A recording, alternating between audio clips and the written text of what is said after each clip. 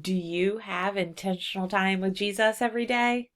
Let's talk about why you would, why you might not, and 3 tips for how to do it well with your kids in the house so that it actually disciples them while you are spending time with God. Hey mamas, this is Playfully Faithful Parenting, and I'm your host, Joy Wendling. I'm a seminary grad and children's and family minister turned stay-at-home mom to my 5 girls. Spiritual parenting is my calling, and it's my passion to help other mamas disciple their kids using the power of play and their own authentic daily walk with Christ. If you're a mama who wants to introduce your kids to Jesus and watch as the Holy Spirit transforms their lives, this is the place for you. I'm so glad you're here. So let's dive in and see how we can partner with God today. Welcome to Playfully Faithful Parenting. I am Joy, and so grateful that you have given up some of your time to spend here with me. I want to talk a little bit about quiet time. Now, I have 5 kids, and we've not done preschool, so they have all been home until they go to kindergarten, or now TK, transitional kindergarten for my 2 youngest. But my youngest has been home, right? So I have not had a daily time when I am just able to be alone, right? And my girls wake up some days between 4:30 and 5:30. They've been pushing 5:30, maybe 6 a couple times this summer, but they have this like magic awareness that if I wake up early, they wake up also. And so my twins are 7, and my oldest was not really an early riser, but the twins always have been. So for at least the past 7 years, plus the time when I was pregnant with twins, it has been a real struggle for me to wake up before everybody else in the house. And when I do, I'm not my best self. I'm not able to focus. I'm not able to think creatively. And I can't really do it late at night either.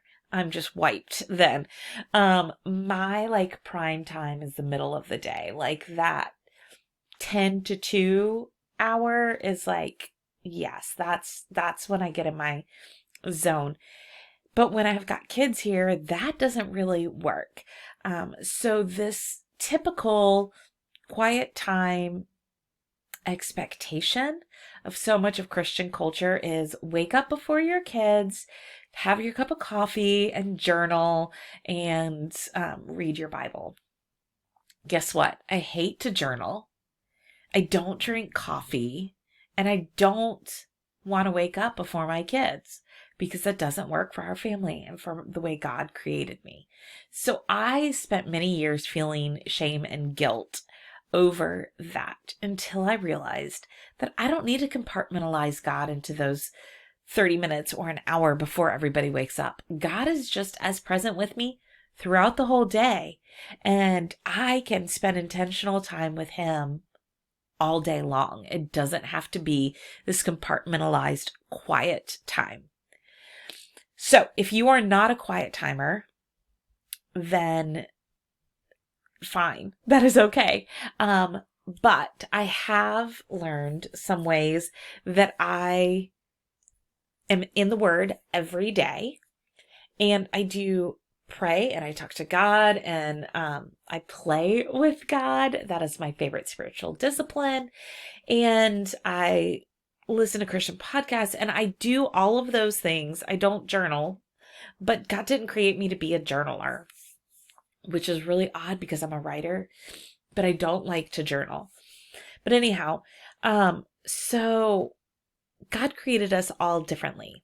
So if you want to do quiet times. There are some things that I've learned over the years to make that happen. And I do spend time that's not necessarily the stereotypical quiet time with God, not daily in this type of way, but multiple times a week. And I do spend daily time in the Word. I do spend daily prayer time, talking to God, and I spend intentional time with God, just not Bible study and quiet time. So 3 tips. So the first one is to be interruptible. And I've talked about this before. I'll put a link to the podcast. I did a whole episode on being interruptible. But Jesus had a whole ministry of interruptions, and healings and miracles. And there are several places throughout the Gospels where it says, as he was going, as he was doing this and this, and he gets interrupted, and he takes compassion on the people and he serves them in that. So Jesus was interruptible. And then our attitude, when we have this set aside time that we put on a pedestal and we're like, I'm not interruptible right now. Then when we do get interrupted by our children, that is going to trigger us more often, right? And so then, and I've done this, when I was trying to do the right culturally, appropriate shoulds, quiet times. And I would be like, I'm trying to spend time with God. And do you know what message that sends when I get triggered during time with God because my kid needs something? God knows the ministry he's given us and our children and our families. And so he's not surprised when we're interrupted.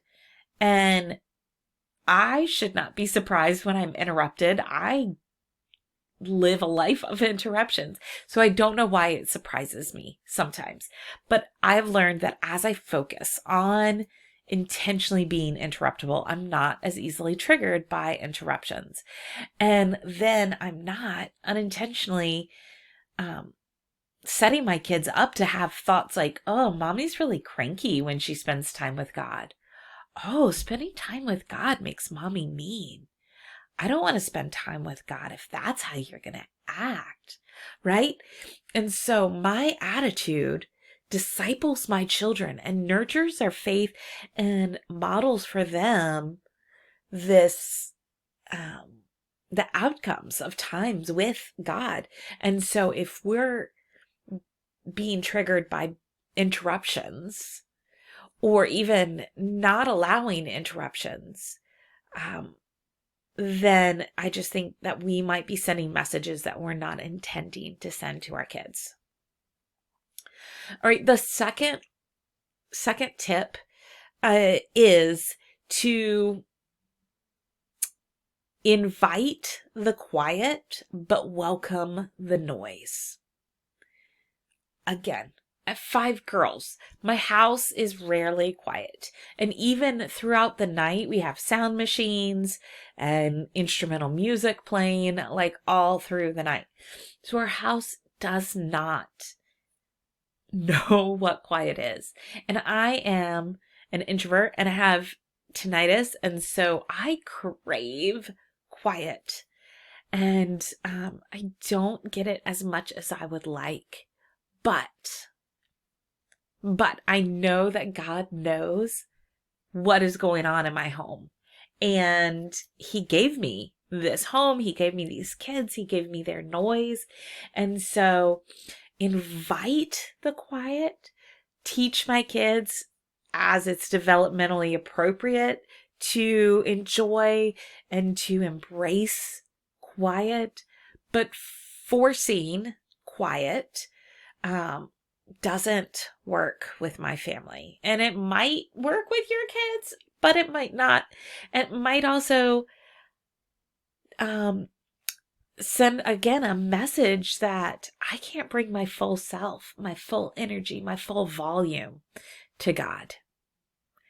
And that's not a message I want to send to my kids. And the second part of invite the quiet, welcome the noise. I saw a reel a couple weeks ago that talked about the beauty of allowing kids to be loud and the impact that has on their personality and their identity and their feeling of safety. And as a Connected Families parent coach, knowing the foundation and the message there of you are safe with me, allowing children to be loud, that doesn't mean all the time, but when it's possible, allowing them to be loud helps them to feel safe. And when we can bring that into even my time with God, and I can welcome that noise, then my kids can experience that they can bring their full selves to God. And the third tip is let go of expectations. Often we have these expectations for quiet time, for time with God, that they're going to be this powerful, really productive time. And any questions that I've been wrestling with, God's going to give me the answer. Or even if I don't hear from God in the way I expect, I am going to make it through this whole chapter today and read another chapter of an extra book. And I'm going to journal 2 pages and XYZ, right? We have these expectations. And while they are good, when we fail at them because of other people, because we keep getting interrupted and we reread the verse 19 times instead of reading 19 verses, and we get frustrated by that because we had these expectations, then we are losing out on joy. And Psalm 16:11 says, in your presence is abundant joy. And so when we can release expectations, we can experience more joy. And it's not about what we expect to get out of it, but what God brings to it. And just being in his presence. Being in his presence is abundant joy. And so no expectations needed except that I'm going to show up and God's going to show up. Then it also brings joy to our kids when we can let go of these high expectations, because it, again, is going to make us more pleasant. And we're going to experience joy, and then that's going to overflow into our kids. And they're going to see us having joy, and then they're going to be like, hey, spending time with God gives my mom joy. I want that. Right? Okay. And then finally, in letting go of expectations, it allows God to experience joy. He just wants to be with us. And we see that because he sent Jesus, his only son, to walk on the earth with us. After years and years and years of failure, over and over and over, he still wanted to be with us. And so he came down as Jesus himself. And I believe that he created us all to engage with him differently and to enjoy him differently. So when we can let go of expectations of what culture tells us a quiet time is supposed to look like, and instead do something like play that we enjoy with God, then I think God's joy is multiplied because he sees us experiencing his joy and having joy with him. And so then he, in return, is experiences more joy for spending time with you, enjoying him, if that makes sense.